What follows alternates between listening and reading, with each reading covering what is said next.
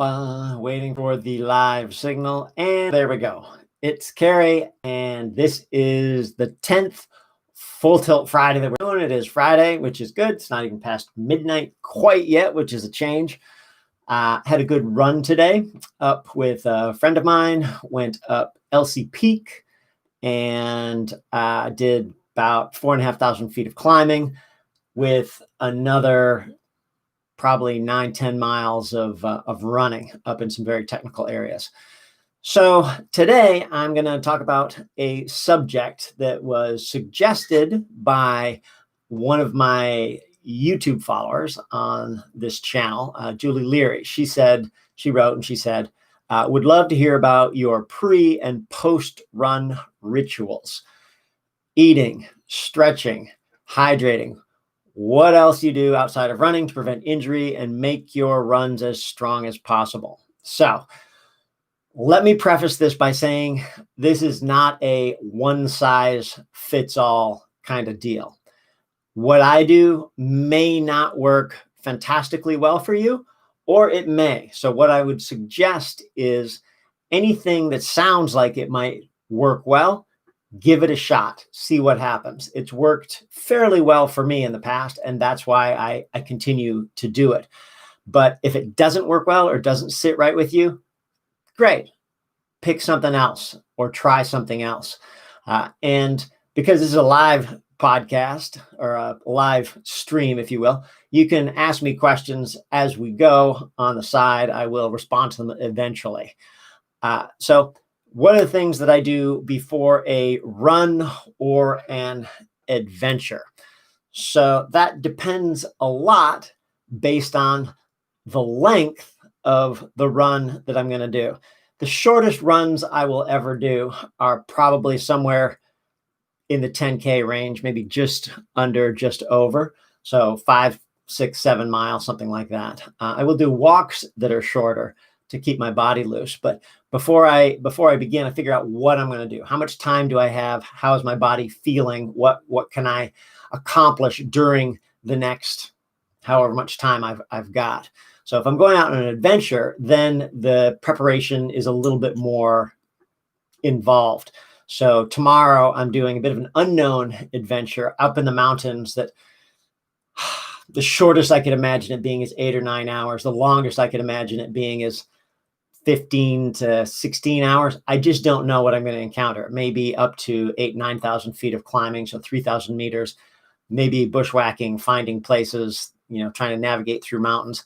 I don't know yet. I have a friend that I'm going with, but I have to figure out before I go, am I going on my own? Am I going with a friend? I am what I call a social runner. So I like running with people. It gives me energy, it gives me ideas. I don't always do it, especially in the volume that I've been doing recently. I am doing Great Virtual Race Across Tennessee, which has kept me busy for the last 4 months.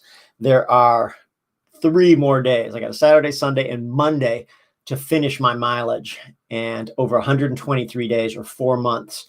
And I'm on target to hit 2,000 miles tomorrow. That'll be averaging 500 miles a week for 4 months.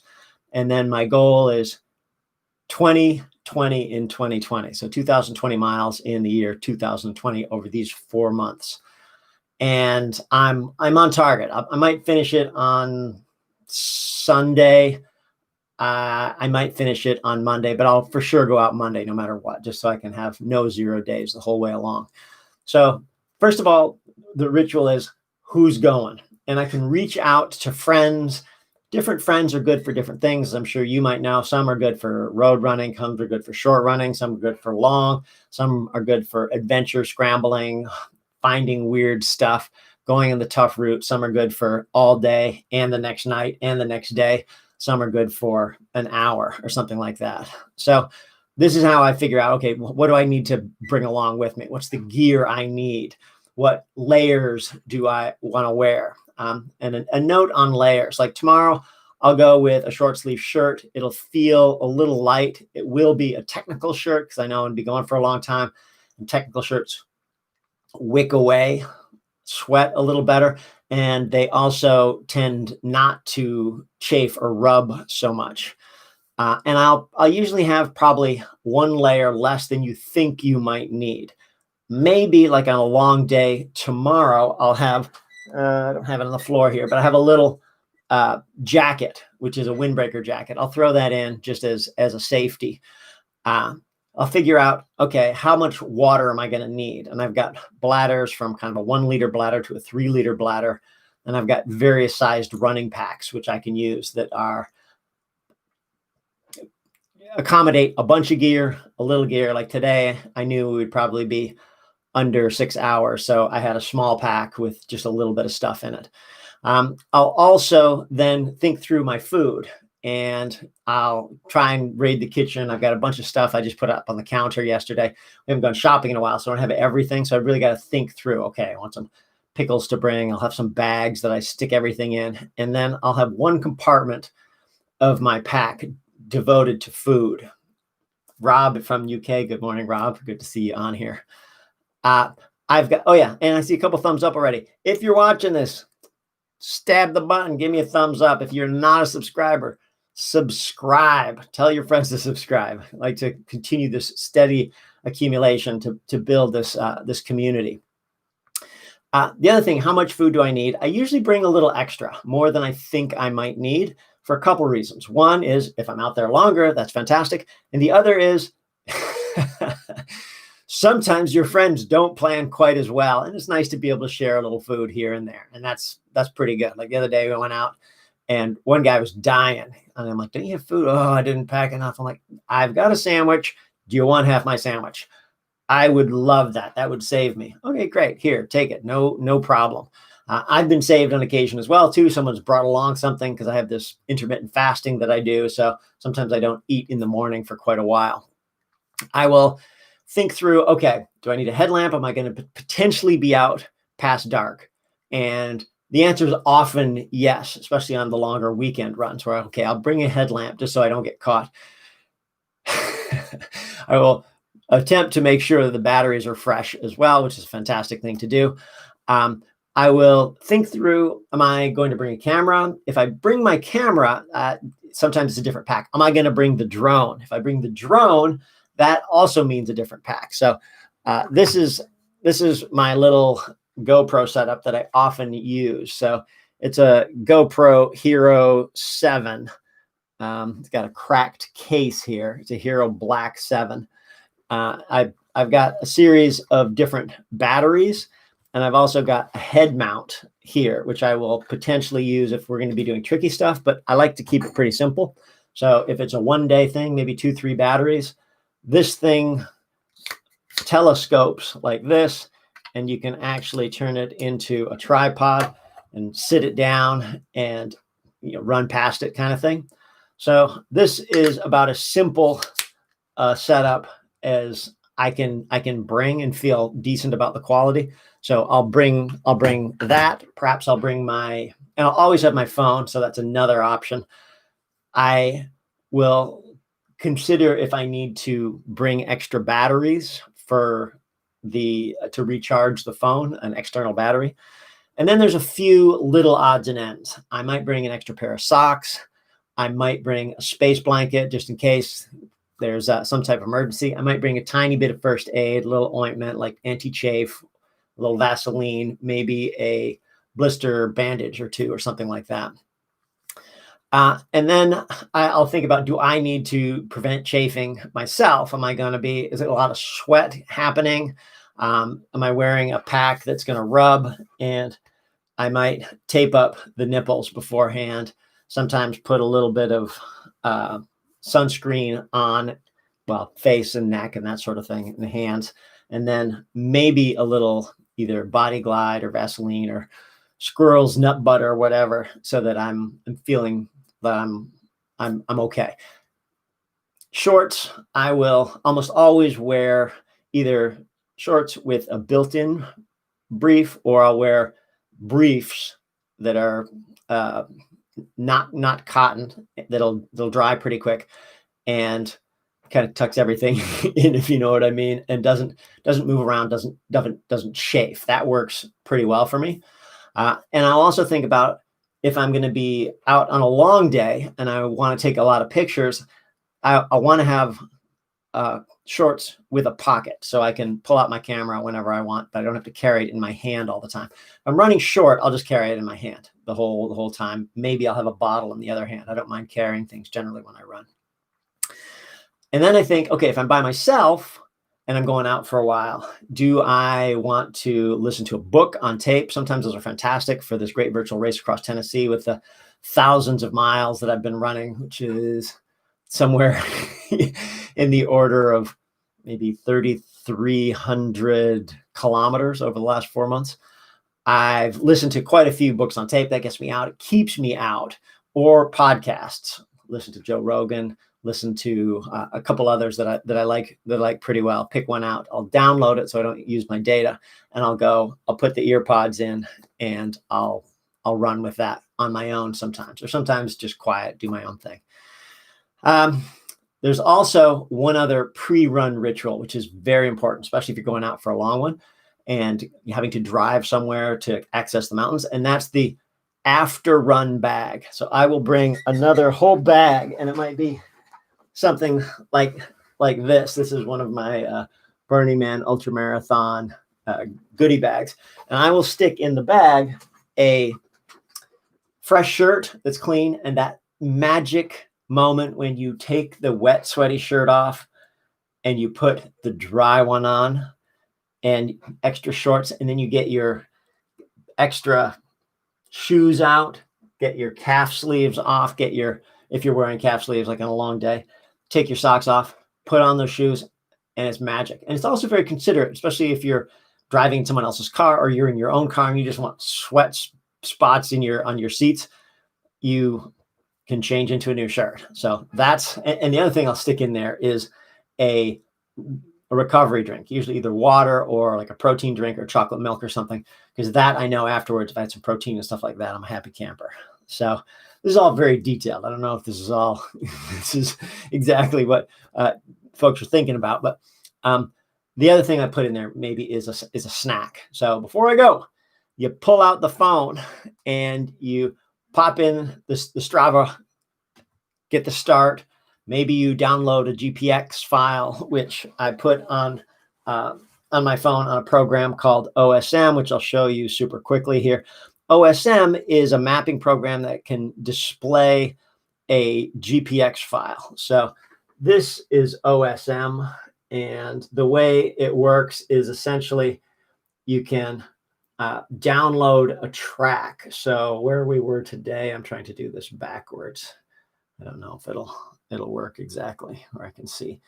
So this, for example, the red line is a track, and I know I can follow that if I want to pretty easily. So if I get lost, I've got an idea of where I'm going. Doesn't require data. Has a map already in here. Doesn't give great detail, but can show me if I'm really off track or not. So that's an important thing for just route finding and being confident that I'm not going to get lost. So then off we go. I'm actually running. First thing I'm going to do is think, oh my God, I'm already breathing hard. And this happens almost every run I do. Like you just start and you think, oh my God, I'm breathing hard. I'm hardly moving. What's the deal?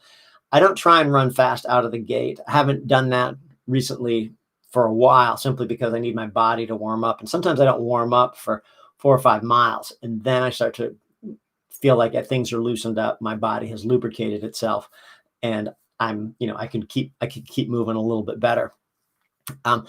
85% of your training, ideally, even if you're training for speed, should be at your lactate balance threshold and well below. So lactate balance threshold is where you are burning at a certain heart rate, either aerobically, which is good, it can sustain for a long time, or anaerobically, which is harder. And that's the short burst stuff that you've got. You might be burning that in a 10K or something like that, or 5K for sure.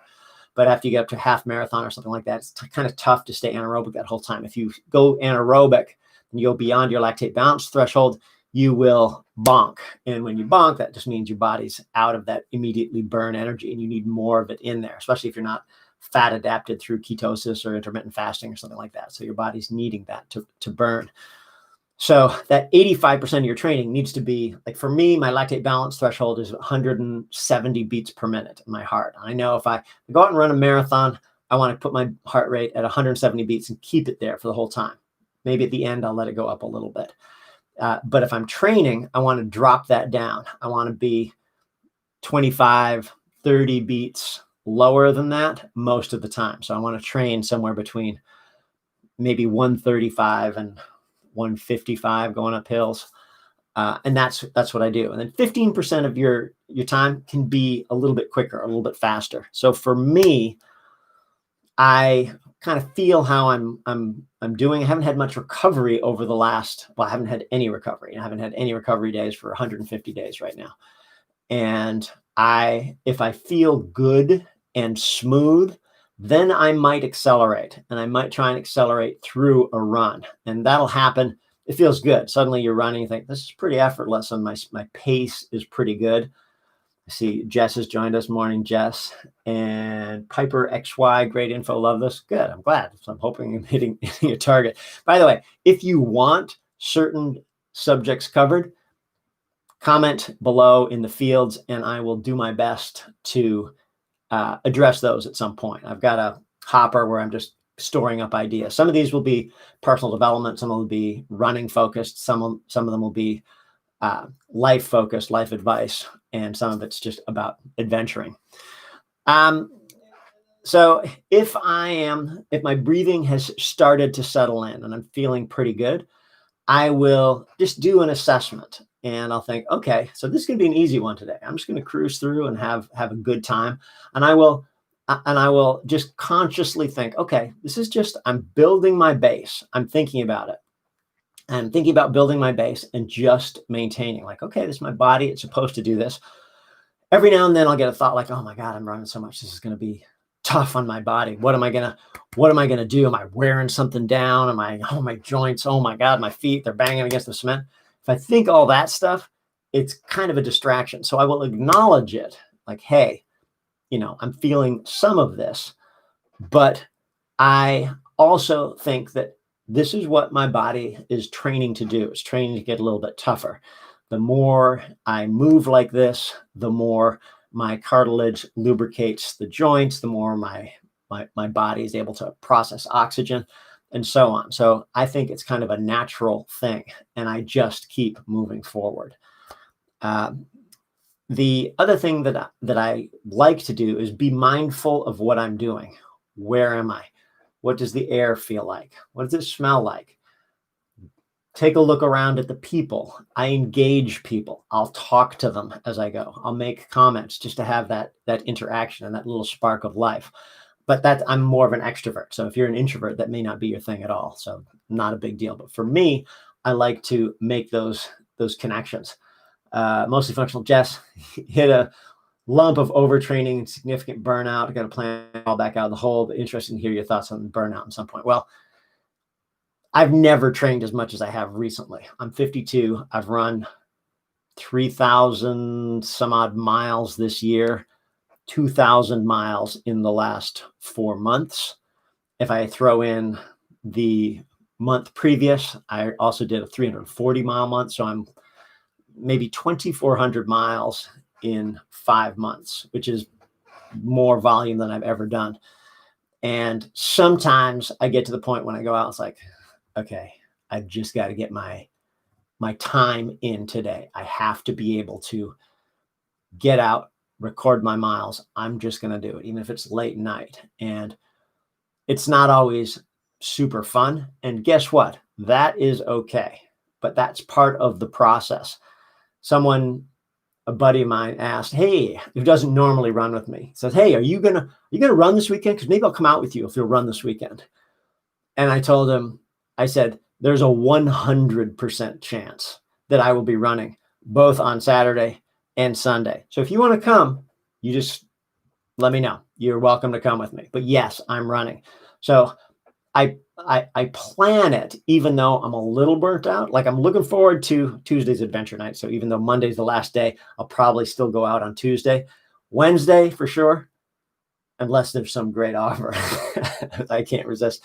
I'm going to just chill out and recover for a couple days. And then I feel like I'm very fit right now. So what I may do is choose a couple projects to run at some point, try and build up a little speed, see what I can do. But right now is not the time with all this training that I've been doing.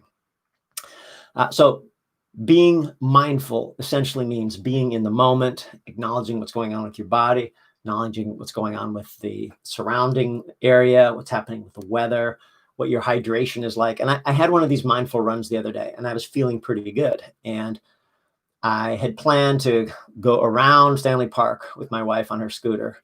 So she's on the electric scooter. I'm running, and I know that's 10.5 miles, but I needed more miles. So I was going to do Falls Creek, which would add another 5 to 6 miles. So that would bring me up to 16, 17 miles. Really wanted 18. I started to run. I was still feeling good. I was running at a pretty decent clip. And I was thinking to myself, okay, I can probably get a marathon in if I just continue out to Spanish Banks and then come back. And I measured in my mind as I was going, I could probably do that. And I'll just keep going. But part of me was thinking, I didn't bring any water and I didn't bring any calories at all. And I know it's going to take me 3.5 hours or something like that to get it done. So I'll just see how it feels. And I was mindful of how I was feeling. I was working, but I wasn't putting my body under stress or undue duress, which made me think, oh my gosh, I'm gonna blow up. It just never happened. And I got through the end of it and I, felt good. Now, also talking about rest. Yeah, managing to get out for a short run this morning. I actually wanted to run. So that was nice. I will also do extra walks right now. And walks, I think, loosen up your body. Like first thing in the morning with the volume I'm doing, feeling a little creaky, a little limping around to the bathroom. And then your body starts to loosen up. And your body is an incredible tool. It can do a lot, especially if you look after it in some way. I don't have any crazy dietary habits, but I try and avoid processed food as much as I can. And I try and eat quite healthy, if you will, but I don't get too wrapped up about it. So if I'm in pain, like if I twist my ankle on a trail run and I'm, 15K into the woods and I know I've got to go 15K back and I twist my ankle, I always give it kind of a scale of 1 to 10. How bad was that one? Well, that was a 3. I'm like, that's no problem. It's just a little, tweak on something.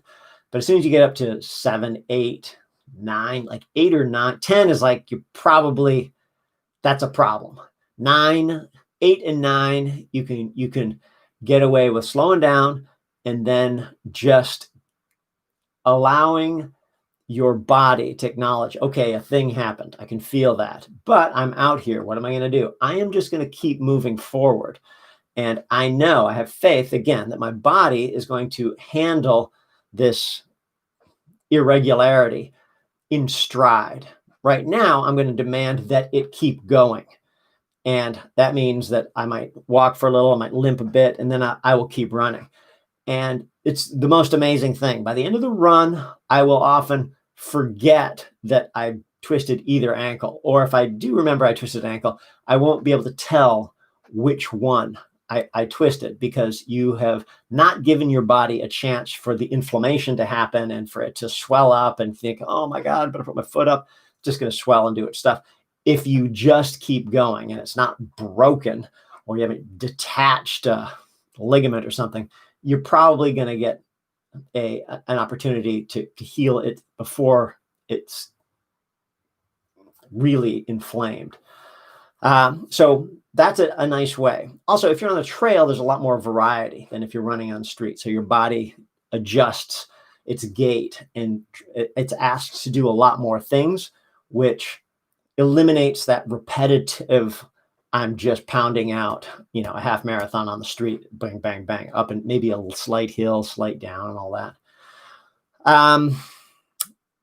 The other thing I'll do, I will whip out my camera or my phone and take pictures frequently. So I will I will get out there and I'll take a picture or two, and then I'll share that. So I have that memory again afterwards. And it's also kind of nice because then people know what I'm up to or what I've been doing.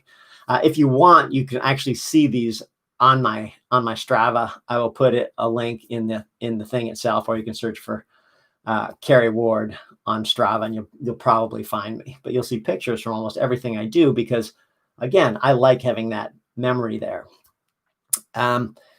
The other one very important thing: express to yourself and the people around you gratitude for the day, the experience that you're having, the weather, whether it's windy or whether it's snowing or raining or it's sunny or whatever. What a gift for you to be able to go out and experience that. And if you are living in that state of gratitude, that is a positive and uplifting way of being rather than suffering through something. So if it's really like traditionally miserable weather, I think fantastic. This is a character building day. I'm freezing my nuts off, and I'm out there battling snow, and it's slippery and slush and whatever. And I think, well, this is a great one. This one is the one that you remember because it's that character building. If I can survive that, I can go out and survive anything. So that gratitude for the ability to go out and do that, the people around you, the friends that you're with that are running with you or able to share some of these experiences with you, gratitude. Tell them. We went out a couple of days back on Sunday, the whole group. And at the end, I just said, guys, this has been a fantastic day. I love that I've got a group of friends who will come out and, tackle a really difficult and challenging terrain and do it with good humor, enjoyment, that you're capable of covering ground. What a blessing. I'm so happy to be out here. And when I complete a run, I will try and move straight into the next thing, whichever it is, instead of just collapsing and sort of wilting. I don't like that. I think that's a way of just like your energy going away. So I will try and actually schedule something else to go do. Very rarely do I just sit and put my feet up or whatever. So when I get home, finally I'm home, I've got another ritual. I hang out my sweaty gear where my wife has prescribed it goes. And I will take my shoes off. I'll clean some of my gear. I will have my dry clothes on. I will have a shower. And that's about the only place I will actually stretch a little bit. Right towards the end of my shower, I'll turn it on quite warm. And I'll just lean over and I'll stretch a little bit here and there. But I'm kind of semi-ashamed to say I just don't stretch much at all. I don't have time for it. And then afterwards, I will try and keep walking, moving, and staying loose so that your body doesn't stiffen up too much. And I think there's this perception, especially as people get a little older, like, oh my God, you're going to have a tough time dealing with all the rigors and stress in your body. I'm like, you know what? Bring it on. That's what keeps you young. That's what keeps you tough. The oldest people who have lived the longest often have quite active lifestyles where there's a book called The Blue Zone, which describes these various places like in the Mediterranean, Loma Linda, California, about 5 or 6 different, Okinawa, Japan, these places where people live a very long time. And one of the common factors is they're out working, meaning they're doing something. They're working in the garden. They're moving some bricks. They're building a wall. They're, getting out for a walk and active, playing some sport or something like that. So if you don't do that, you're going to seize up a little bit. So the last couple things that I want to say are, if you find value here, again, smack the thumbs up. That's super appreciated. Subscribe. And there's a whole list of things that you can do beyond that in levels of commitment. First level of commitment is, subscribe to Strava, which will be in the description. You can also follow my Instagram, which is @KerryWard, that you can find, again, will be down below. I try and share a lot of these adventures. If you're following me on Instagram already, you probably already seen the pictures from today and maybe a little video. And after the subscribe on YouTube, sharing this kind of stuff is fantastic. If you got value, mention it to a friend. And then there is the Uber support, which is visit Patreon. You have an opportunity to make a donation to the channel and the content that I create. And it can be like anything. It can be 50 cents, $1, $20, whatever. I think the smallest Patreon I've got is about $1. maybe it's $2 a month. And then the biggest one I had was 100, and that's pretty amazing. But this is, going above and beyond, and it's, appreciated one way or another. Rob, how much sleep do I fit in? As much as I need, essentially, or as much as possible, or as little as I need. So tonight, let's see, it's 12:20. I've got to be in Squamish tomorrow by 8. I've got probably 45 minutes in the morning where I need to pack, get stuff ready. It's about an hour drive, so I need to be up at 6:15. So tonight, I'll probably get a little under 5 hours, or 5 hours-ish, which should be fine for me. If I don't have anything going on, I can sleep a little longer. If I got a lot going on, I can sleep a bunch shorter. And I think that's it. AKA Trail Runners in, dropping late. Good to see you. Appreciate you guys watching. I'm going to tune out right now. Good night, all. Hopefully you have something fun scheduled to do this weekend, and you will get out and work, do a bit of sweating. And if you're going to do it, might as well do it full tilt. Bye, people.